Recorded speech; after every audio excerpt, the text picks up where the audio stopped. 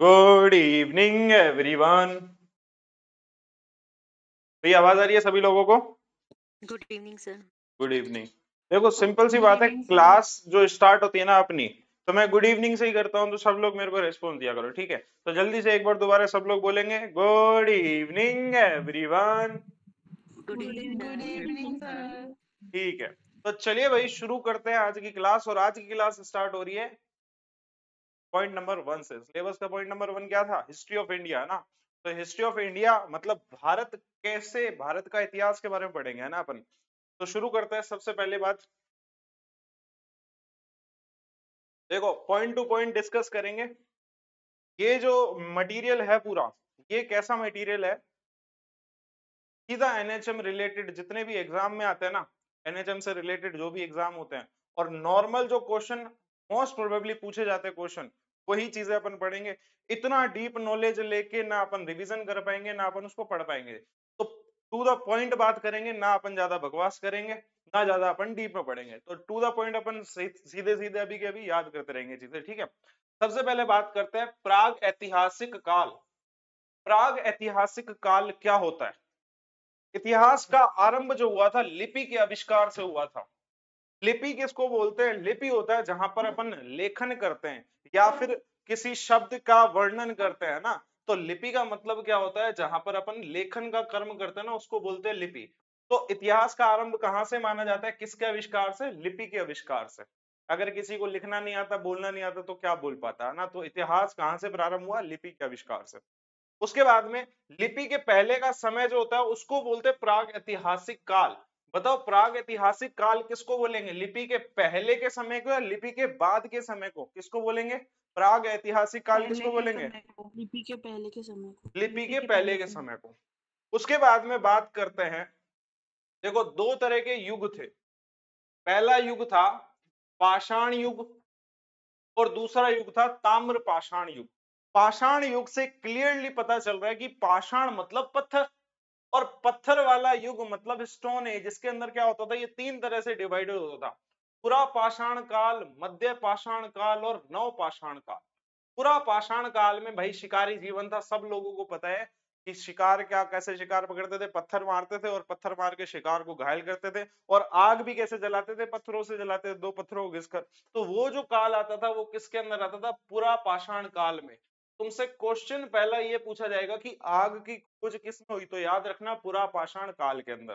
तो पाषाण काल में भी सबसे पहले की जो स्टेज थी ना, उसमें क्या हुई? आग की खोज हुई।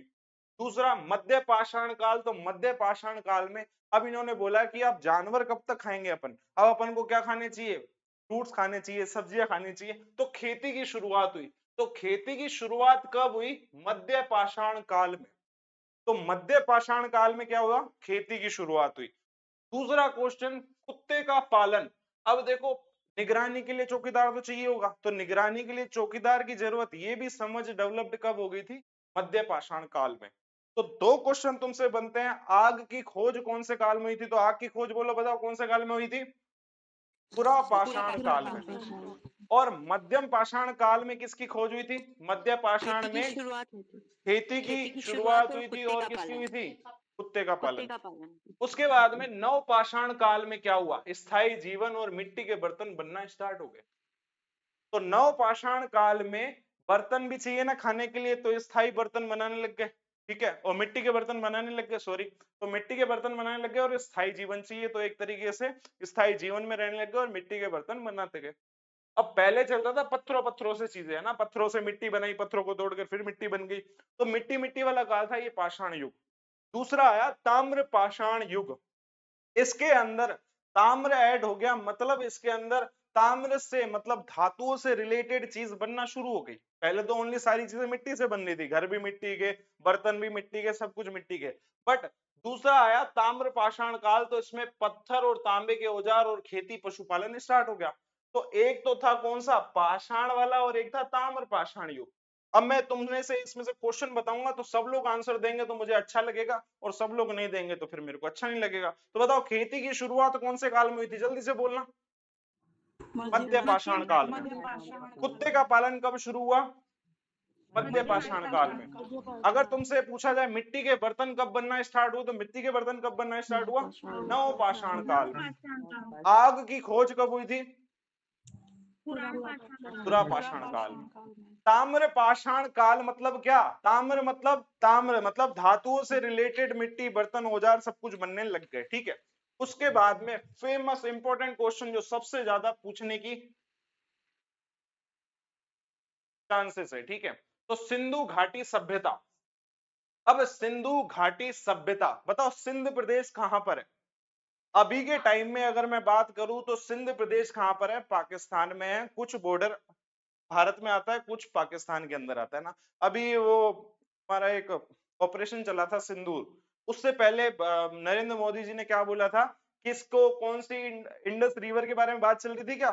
सिंधु नदी के बारे में कि उसका पानी बंद कर देंगे ना, वहां की बात कर रहे थे कि नहीं कर रहे थे? पता ना ऐसा बात समझना। सिंधु घाटी सभ्यता, पहला क्वेश्चन ये पूछा जाएगा कि ये कब की है? 1750 ईसा पूर्व मतलब ईसा मसीह जब जन्म हुए उससे भी 3300 साल पहले या 1750 साल पहले क्या हुई थी? सिंधु घाटी सभ्यता बनी है। ये पता कब चला है? ये पता अभी कुछ 1900 में चला है, 1920 के आसपास पता चला है कि कोई सिंधु घाटी सभ्यता भी थी। इससे पहले इसकी नॉलेज भी नहीं थी। इससे पहले तो सब लोग समझते थे कि पहले वेद आए थे। असली में पहले वेद वगैरह नहीं आए थे। वेद कितने साल पुराने? 5000 साल पुराने होंगे। ये ईसा पूर्व भी 3300 और 1750 वर्ष पहले की बात है। ये कैसे पता पड़ा? मान लो इसका पता तो 1920 के आसपास पता पड़ा, ये ऐसे कैसे पता पड़ा कि ईसा मसीह पूर्व के 3300 पहले का है? ये तो पता है कि कैसे पता पड़ता है? किसी भी अवशेष की आयु निकालने के लिए कार्बन एक चीज होती है। कार्बन पता होगा सबको, पढ़े होगे। तो कार्बन से ही अपन क्या पता लगा सकते हैं कि यार ये बहुत पहले का अवशेष है ना, इससे पता लगता है। तो ये बात ऐसे पता लगी कि सिंधु घाटी भी कोई थी। अब सिंधु घाटी सभ्यता क्या होती है? सबसे पहले स्थान कहां पर है? सिंधु नदी घाटी क्षेत्र में, और ये भारत और पाकिस्तान का सीमा क्षेत्र है। इसकी खोज कब हुई? इसकी खोज हुई 1921 में। हड़प्पा नॉर्मली वहां के लोग हड़प्पा बोलते थे, तो उसका नाम भी क्या रख दिया? हड़प्पा बोल दिया। और इसको खोजने वाला एक सिंधी आदमी था, वो था दयाराम साहनी। जैसे मैं भी क्या हूं? अछड़ानी, मैं भी क्या हूं? सिंधी। तो हम लोग जो सिंध वाले हैं या पंजाबी जो लोग हैं वो कहां से आए हैं? वो पाकिस्तान से आए, ऐसा बोलते हैं, बट ऐसा असली में है नहीं। असली में ये पूरा एक साथ होता था ना। इंडिया पाकिस्तान तो बाद में डिवाइड हुआ ना। तो ये बात तुमको याद रखनी है कि दयाराम साहनी एक सिंधी आदमी ने हड़प्पा की खोज की 1921 में। उसके बाद में 1922 में मोहन जोदड़ो, या इसका खोज करने वाला कौन था? राखल दास बैनर्जी था, एक आदमी बैनर्जी था, और वो कौन था? राखल दास। तो राखल दास बैनर्जी ने 1922 में किसकी खोज की? मोहन जोदड़ो। अब मोहन जोदड़ो का सिंधी में मतलब क्या होता है? मोहन जोदड़ो का सिंधी में मतलब होता है मुर्दे का किला। क्या होता है? मुर्दे का किला। मतलब वहां पर जो अवशेष मिले थे ना, असली में मोहनजोदड़ो क्या है? मोहनजोदड़ो में आज से इतने पहले है ना पक्की पक्की बनी हुई थी। इवन पानी की निकास की व्यवस्था बनी हुई थी, दुकानें बनी हुई थी, बहुत अच्छा एक क्या थी? सभ्यता थी। अब वो सारी नष्ट हो गई। बाद में धीरे धीरे 1920 आया, 2000 आया, अब जाके अपन को पता पड़ा कि हाँ ऐसा कोई पहले जीवन था। तो ये बात अपन को याद रखनी है। मोहनजोदड़ो का मतलब क्या होगा बताओ? मुर्दों का किला। ये क्यों रखा गया?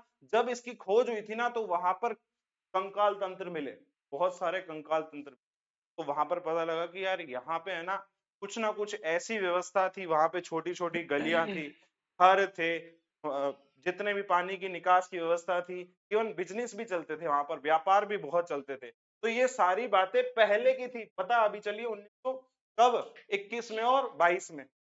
1921 में खोज हुई हड़प्पा की, और 1922 में खोज हुई मोहनजोदड़ो की। और इसकी मोहनजोदड़ो को खोज करने वाला था राखल दास बनर्जी, और हड़प्पा की खोज करने वाला था दयाराम सानही। क्या इतनी बात क्लियर है?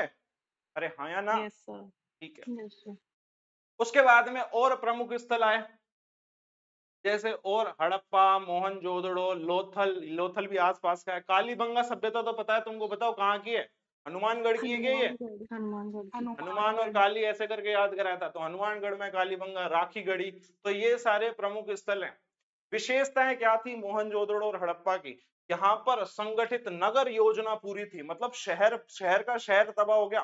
पहले शहर बना हुआ था वहां पर, और पक्की ईंटें मिली वहां पर, जल निकासी मिली, और क्या क्या मिला? व्यवस्थित व्यापार मिला, वजन तोलने वाली प्रणाली भी मिली। इतने पहले ये सारी चीजें थी, मतलब वेदों से भी पहले ये सारी चीजें थी। ये पता कब पड़ा?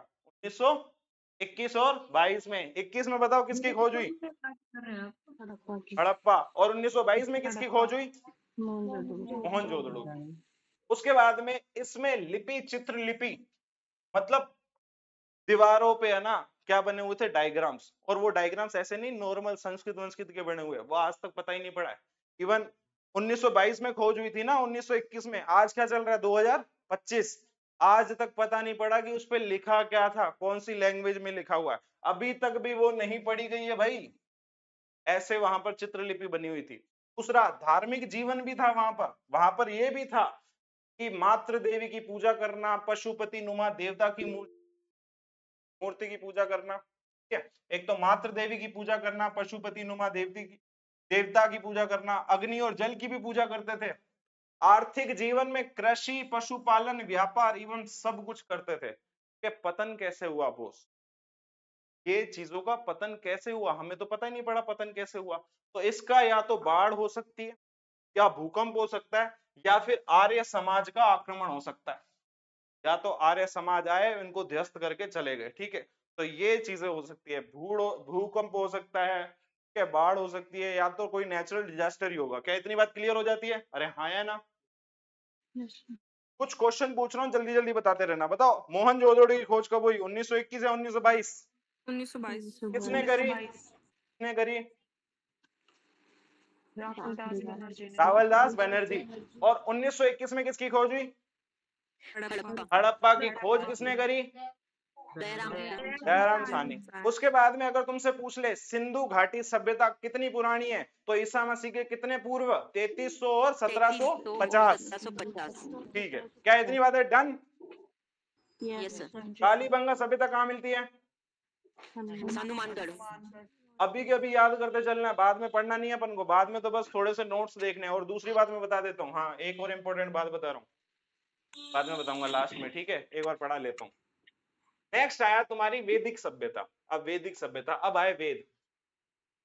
वैदिक सभ्यता कितनी पुरानी है? ईसा मसीह पूर्व 1500-600 के आसपास, तब 1500 या 600 साल पहले की है वैदिक काल। यहाँ पर आर्य आया भारत में। आर्य भारत में आया उत्तर पश्चिम से। कहां से आए थे? उत्तर पश्चिम से आर्य समाज आया। ठीक है, और वो कहां से आए थे? उत्तर पश्चिम से आए थे। कहां से आए? उत्तर पश्चिम। याद कैसे रखोगे उत्तर पश्चिम? आर्य में देखो आ रहा है क्या? ऊ। अरे आ रहा है कि नहीं आ रहा? आर्य एक बार लिख के देखो कैसे लिखोगे। आर्य ऐसे लिखते हैं, देखो ऊ से ऊ हो गया, और पै से क्या हो गया? पश्चिम। ये को पै बना देना, हो जाएगा अपने आप। तो उत्तर पश्चिम से आए आर्य। तो आर्य कहां से आए? उत्तर पश्चिम से। क्लियर हम बातम? बोलते नहीं हो, शर्माते हो, मिले हो ना। वैदिक साहित्य की बात करते हैं। देखो 4 वेद है, ब्राह्मण है, उपनिषद, आर्यणक, ये सब कुछ वैदिक साहित्य वही था। वैदिक काल में वैदिक साहित्य मिलेगा। उसके बाद सबसे पुराना ऋग्वेद। सबको पता है सबसे पुराना वेद कौन सा होता है? ऋग्वेद होता है। ऋग्वेद के बाद बताओ कौन सा वेद होता है? अब तुमसे आयुर्वेद पूछना पड़ी, बताओ ऋग्वेद के बाद कौन सा आता है? यजुर्वेद। हाँ अब्बा जब्बा? यजुर्वेद आता है। सामवेद और अथर्ववेद। ठीक है, अथर्ववेद। ऋग्वेद के बाद यजुर्वेद, यजुर्वेद के बाद सामवेद, सामवेद के बाद अथर्ववेद। आयुर्वेद किसका उपांग है?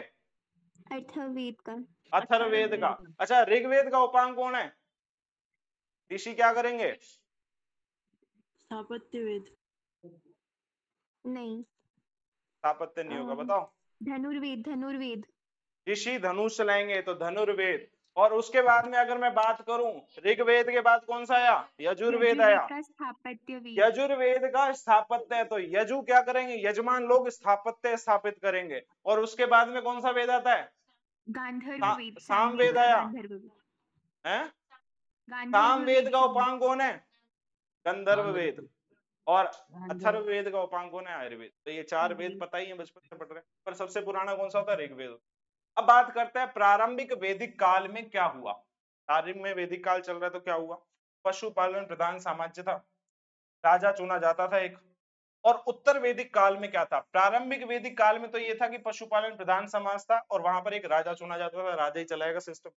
उसके बाद में उत्तर वैदिक काल, मतलब उसके कुछ टाइम बाद जो उत्तर वैदिक काल है वो कृषि आधारित समाज था। मतलब पशुपालन तो करते थे पहले प्रारंभिक वैदिक काल में, और उत्तर वैदिक, उत्तर मतलब प्रारंभ मतलब पहले वाला, उत्तर मतलब बाद में वाला। उत्तर मतलब बाद, जैसे उत्तर तंत्र बोलते हैं तो उत्तर मतलब बाद में आने वाला ना।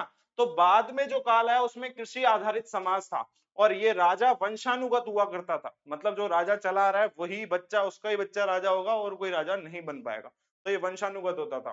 अगर तुमसे पूछ ले पशुपालन समाज कौन से उसमें था, कौन से वैदिक काल में था, तो क्या बताओगे? प्रारंभिक वैदिक काल या उत्तर वैदिक काल? प्रारंभिक प्रारंभिक वैदिक काल। और उत्तर वैदिक काल में क्या था? कृषि कृषि आधारित समाज और राजा वंशानुगत। ठीक है, यहीं पर डिसाइड हो गया। जब वेद आए ना, वेद में ब्राह्मण वैश्य सब कुछ लिखने आ गए, तो यहीं पर स्टार्ट हुआ गोत्र प्रणाली, वर्ण व्यवस्था और सभाएं। तो यहाँ पर स्टार्ट हो गया था गोत्र प्रणाली, व्यवस्थाएं और सभाएं। तो गोत्र देखा जाता था, वर्ण देखा जाता था किस वर्ण का है, और सभाएं देखी जाती थी। तो यहीं स्टार्ट हुआ वैदिक काल के अंदर, पहले यहीं था। तो ये हो गया तुम्हारा वैदिक काल। बताओ सबसे पहला कौन सा काल था? प्राग ऐतिहासिक काल। दूसरा काल था सिंधु घाटी सभ्यता के बारे में। तो तीसरी बात पढ़ी तुमने वैदिक काल के बारे में। अब कुछ चीजें पूछ रहा हूं मैं, बताते रहना। प्राग ऐतिहासिक काल किसको बोलेंगे? लिपि के आविष्कार से पहले को या लिपि के आविष्कार के बाद को? पहले का। पहले को। अगर तुमसे ऐसा क्वेश्चन बोले कि सिंधु घाटी सभ्यता कितनी पुरानी है, तो कितनी पुरानी है? ईसा मसीह के पूर्व 3300 1750। 1750। और अगर तुमसे पूछ ले वैदिक काल कितना है, तो वैदिक काल कितना बताओगे? ईसा मसीह से पूर्व कितना? 1500। 1500 600। उसके बाद में अगर तुमसे पूछ ले वैदिक काल में, प्रारंभिक वैदिक काल और उत्तर वैदिक काल में, प्रारंभिक वैदिक काल में कौन सा समाज हुआ करता था? पशुपालन या कृषि समाज? पहले पशु को संभालेंगे, उसके बाद में कृषि करेंगे। ठीक है, तो पशुपालन पहले हुआ, फिर कृषि समाज आ गया। ठीक है, नेक्स्ट बात, गोत्र प्रणाली भी यहीं से शुरुआत हुई। नेक्स्ट, अब इसके बाद में कैसा काल आया? इसके बाद में महाजनपद काल आया। महाजनपद मतलब क्या है? महा मतलब बड़ा, जनपद मतलब पूरा राज्य एक तरीके से, है ना। तो इसको एक तरीके से राज्य समझ सकते हो। पहले महाजनपद कितने हुआ थे? 16 थे।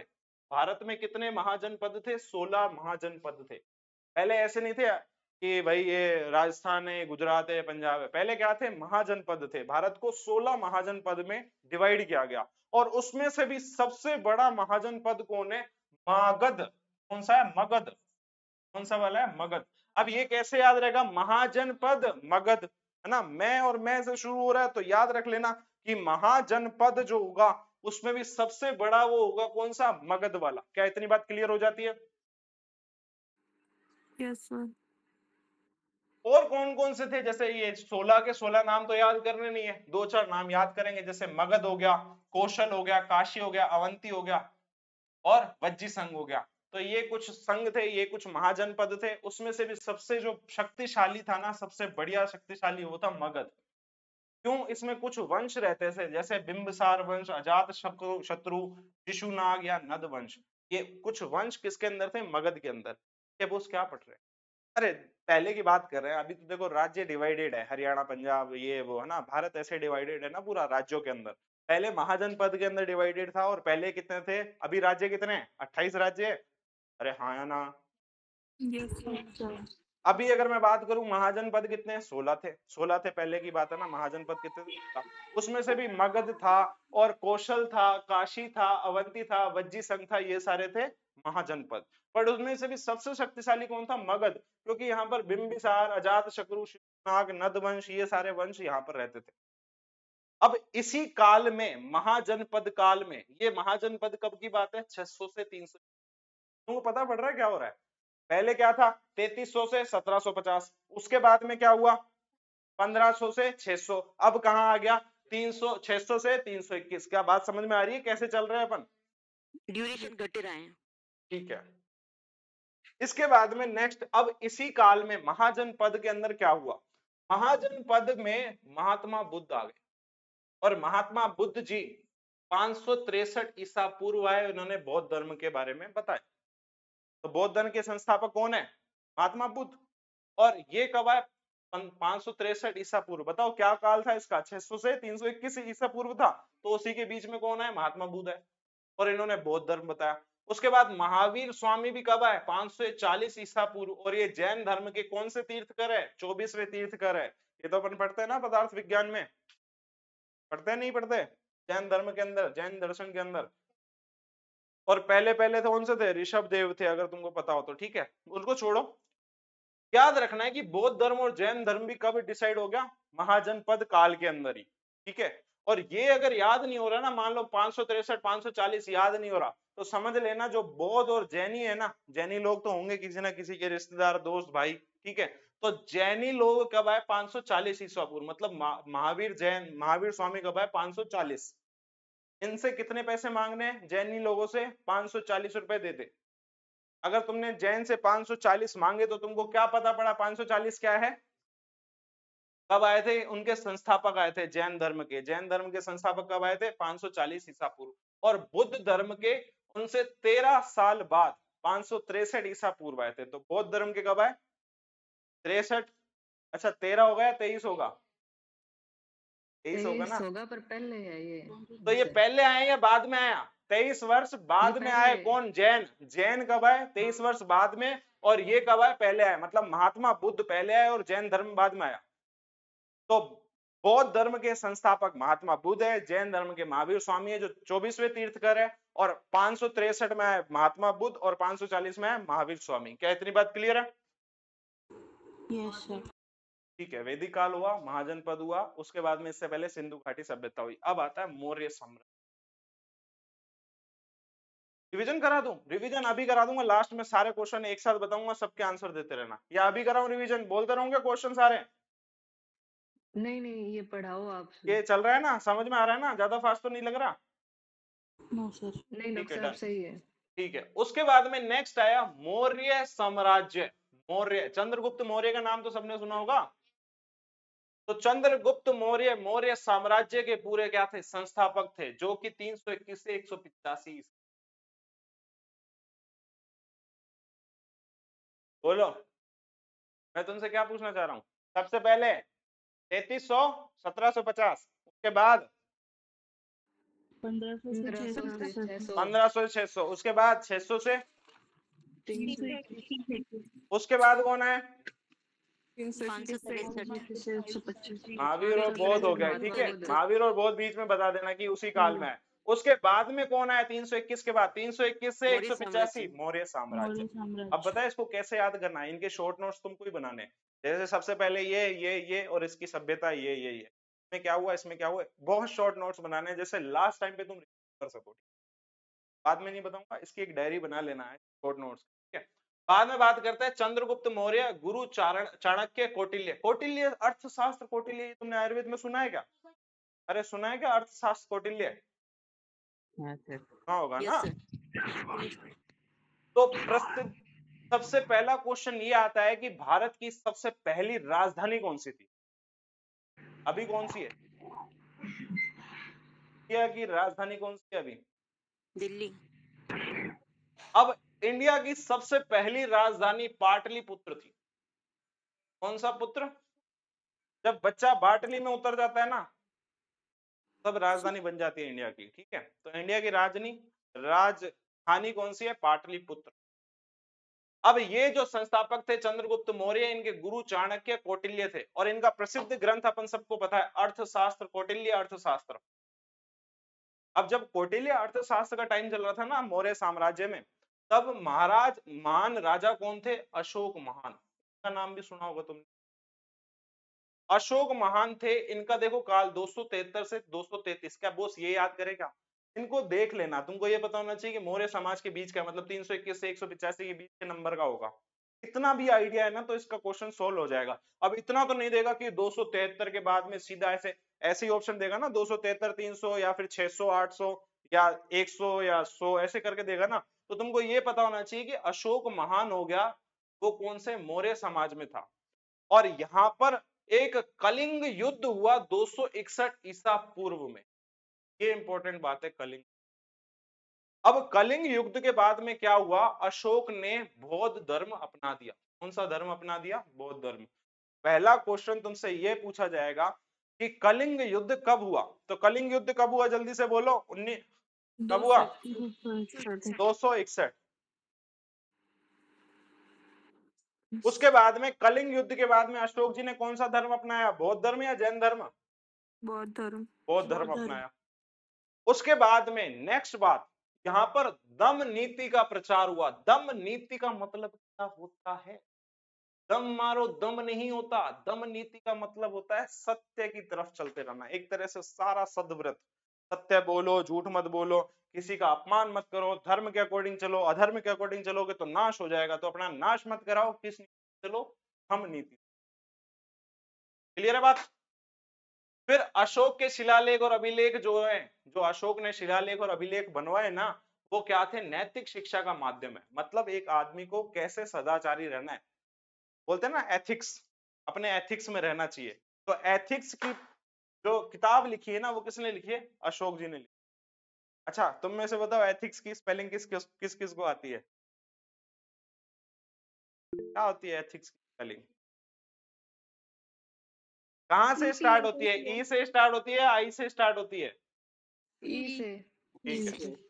तो एथिक्स के बारे में सबसे पहले कौन बता रहे हैं, अशोक जी बता रहे हैं। अशोक महान मौर्य साम्राज्य के अंदर ही है और ये महान राजा थे, और अर्थशास्त्र कौटिल्य की भी यही बात हो रही है। दूसरा, यहाँ पे एक कलिंग युद्ध हुआ था, और कलिंग युद्ध कब हुआ था, 261 के अंदर हुआ था।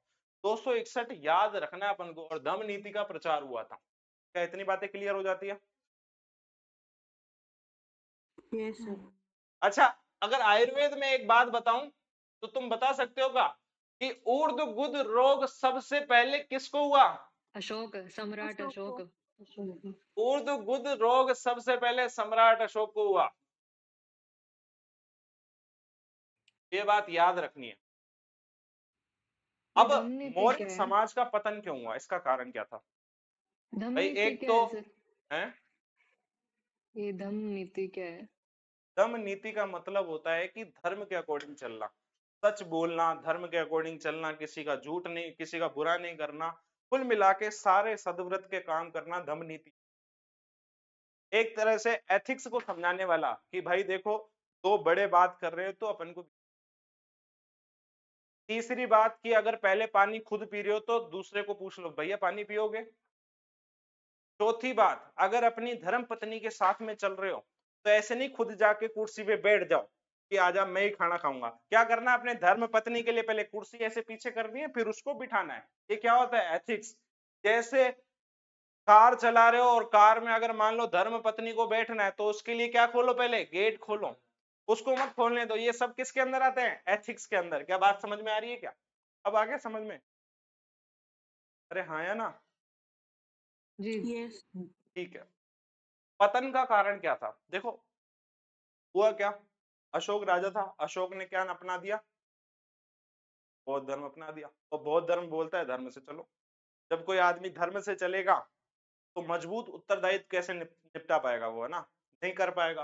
तो कमजोर उत्तराधिकारी होने के वजह से और बहुत बड़ा साम्राज्य होने की वजह से इसका पतन हुआ।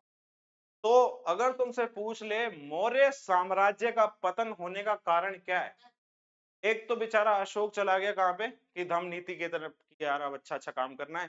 तो राजा जो होता कठोरी होता है, अकबर को देख लो, अकबर कैसा था, उड़ा देता था हाथों हाथ। पर बाद में वो अच्छा हो गया जब जोधा से शादी वगैरह हुई है ना, बाद में एक अच्छा राजा बन के आया सामने। बट कमजोर उत्तराधिकारी हुआ और विशाल साम्राज्य होने के वजह से किसका कौन सा साम्राज्य समाप्त हुआ, मौर्य साम्राज्य समाप्त।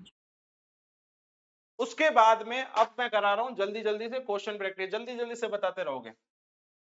बताओ प्राग ऐतिहासिक जो था, प्राग ऐतिहासिक काल बताओ कब से, लिपि से पूर्व, लिपि के बाद, लिपि से पूर्व, लिपि से पूर्व। कालीबंगा सभ्यता कहाँ मिलेगी, जल्दी बोलो, हनुमानगढ़ में। हनुमानगढ़ में। सिंधु घाटी सभ्यता कहाँ मिलेगी, हनुमानगढ़ हनुमानगढ़ में मिलेगी सिंधु घाटी सभ्यता? सिंधु घाटी क्षेत्र वही है नदी सर। के पास में पाकिस्तान और भारत की सीमा क्षेत्र में मिलेगी जहां पर सिंधु नदी बह रही है। और ये जो होगा इसका काल कितना होता है, जल्दी बोलो। 33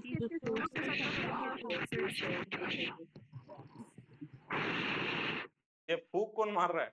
योगेश फूक तो मत मारो यार भाई। नेक्स्ट बात, नेक्स्ट आता है सिंधु घाटी सभ्यता में हड़प्पा जो था उसकी खोज किसने करी और कब करी? दयाराम साहनी। दयाराम साहनी। और खोज कब करी, जल्दी बोलो। 1921। उसके बाद में अगर मैं बात करूं मोहनजोदड़ो की खोज किसने करी? राखल दास बनर्जी। कौन सा बनर्जी है? राखल दास। राखल दास बनर्जी। और ये जो थी ये इसने खोज कब की? 1922। उसके बाद में अगर तुमसे पूछा जाए कि बताओ वैदिक काल कब शुरू हुआ, तो वैदिक काल कब शुरू हुआ? ईसा पूर्व 1500 से 600। 1500 से 600 ईसा पूर्व। और अगर तुमसे ऐसा पूछे कि बताओ वैदिक काल में सबसे बड़ा वेद कौन सा, तो सबसे बड़ा वेद सबको पता है कौन सा होता है? ऋग्वेद। ऋग्वेद। उसके बाद में तुमसे ये पूछा जाएगा बताओ उत्तर वैदिक काल में किसका पालन, कौन सा साम्राज्य था, कौन सा समाज था? उत्तर वैदिक काल में कौन सा समाज था? कृषि पालन या फिर कृषि पालन। कृषि पालन। कृषि पालन। और प्रारंभिक वैदिक